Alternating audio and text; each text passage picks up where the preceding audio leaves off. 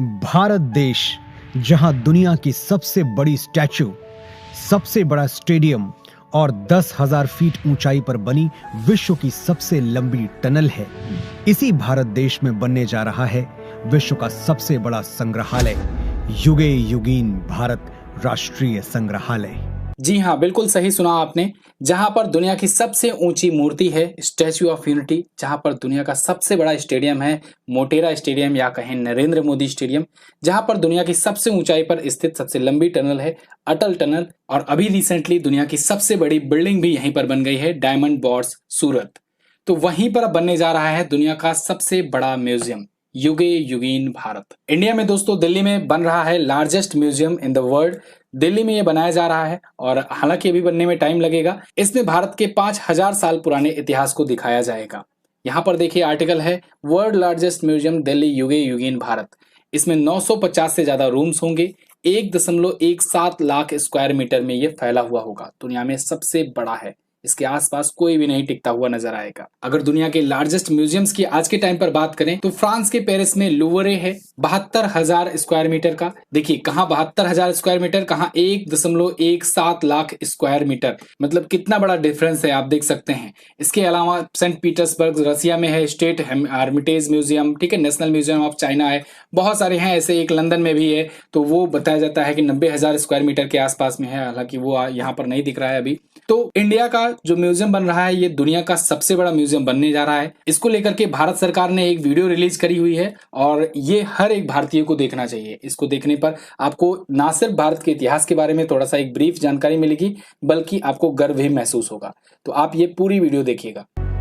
कोई भी देश तब तक आगे नहीं बढ़ सकता जब तक को अपने इतिहास, अपनी विरासत, अपनी संस्कृति, उनके प्रति अगर वो गर्व करना नहीं जानता है।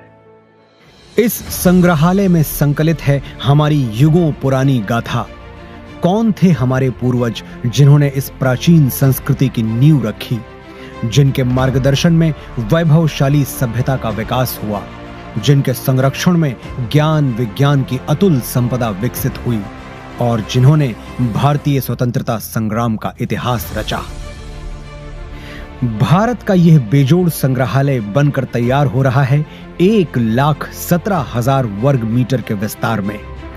इस ऐतिहासिक धरोहर के दोनों खंडों के 950 कक्षों में संकलित की जा रही है लगभग 5,000 वर्ष पुरानी भारत की अतुल सांस्कृतिक ज्ञान संपदा। क्या आप जानते हैं, युगों पहले हमारे पूर्वजों को मिश्रित धातु के निर्माण का ज्ञान था। प्राचीन भारतीय धातु विज्ञान के प्रतीक रूप ऐसे ही एक द्वार से प्रवेश करके आरंभ करते हैं भारत खंड की अभूतपूर्व यात्रा। पहुंचते हैं भारतवर्ष की प्राचीन समृद्ध परंपराओं के संसार में।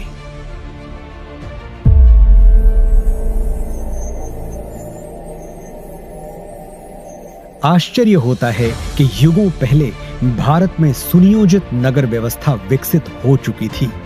हम बात कर रहे हैं सिंधु सरस्वती सभ्यता की। क्या कभी सोचा है कि क्यों भारत में पर्वतों, समुद्रों, नदियों और पेड़ों की पूजा होती रही है? क्योंकि हजारों साल पहले भी हमारे विद्वान जानते थे कि जिन पंच तत्वों से सृष्टि का निर्माण हुआ, उन्हीं से सभी प्राणियों की रचना हुई। हजारों वर्ष पूर्व भारत की चारों दिशाओं में पीठों की स्थापना की गई थी, जिसने पूरे राष्ट्र को एक सूत्र में बांधा था। वेदों उपनिषदों में केवल आध्यात्मिक ही नहीं, राजनैतिक, सामाजिक, आर्थिक, ज्योतिष और विज्ञान जैसे सभी क्षेत्रों का ज्ञान समाहित है। यही नहीं, ऋग्वेद में त्वचा रोग विशेषज्ञ विदुषी अपाला का वर्णन मिलता है। सुश्रुत की शल्य चिकित्सा, चरक के सिद्धांत और पतंजलि के अष्टांग योग की प्रासंगिकता हैरान करने वाली है। विश्वविद्यालयों का प्रचलन भारत में 2000 वर्ष से भी पहले से था। तक्षशिला, नालंदा और विक्रमशिला जैसे अनेक विश्वविद्यालयों को पूरे विश्व में ख्याति प्राप्त थी।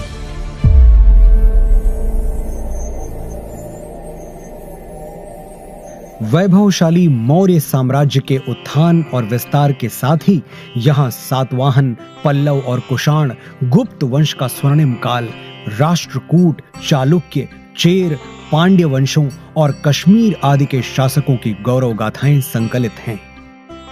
सोने की चिड़िया भारत का वैभवशाली गुप्त वंश हो या दक्षिण भारत के चोल, चेर, पांड्य वंश, सभी के व्यापारिक संबंध पश्चिम में मिस्र, ग्रीस और रोम तक फैले थे।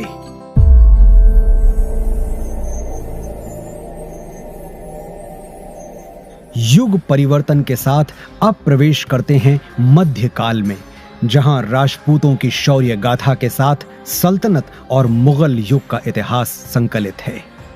चौहान, प्रतिहार, परमार, सोलंकी, सिसोदिया और राजपूत राजाओं की केवल शौर्य गाथाएं ही प्रसिद्ध नहीं थीं, बल्कि उनके संरक्षण में कला, शिल्प, संस्कृति का भी अभूतपूर्व विकास हुआ।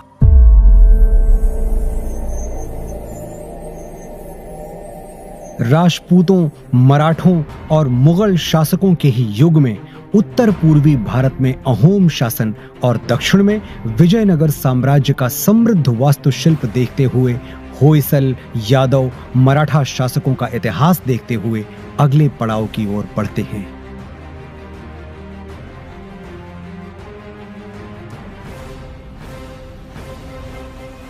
बढ़ते हैं परिवर्तन के उस दौर की ओर जब ईस्ट इंडिया कंपनी को भारत में व्यापार की अनुमति मिली।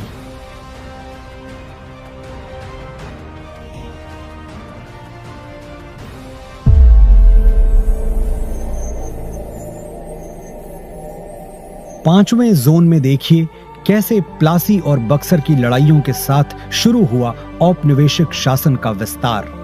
1760 से ही देश के सन्यासियों और फकीरों ने ब्रिटिश ईस्ट इंडिया कंपनी से आजादी पाने के लिए ऐसा मोर्चा संभाला जिसे कंपनी 40 साल तक दबा नहीं सकी। और 1857 के प्रथम स्वतंत्रता संग्राम के बाद हर वर्ग के लोग अपने अपने ढंग से आजादी की लड़ाई में आहुति देने उतर पड़े। लगभग 2 शताब्दी लंबे भारत के स्वाधीनता संग्राम की गाथाएं यहां संकलित हैं।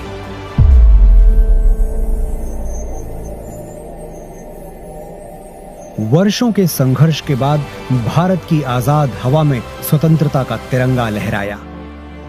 सच है कि स्वतंत्र भारत के आगे अनेक आर्थिक, सामाजिक चुनौतियां थीं। हर चुनौती को पार करने के लिए, सशक्त राष्ट्र का निर्माण करने के लिए स्वतंत्र भारत ने फिर से राष्ट्र को संप्रभु लोकतांत्रिक गणराज्य बनाया।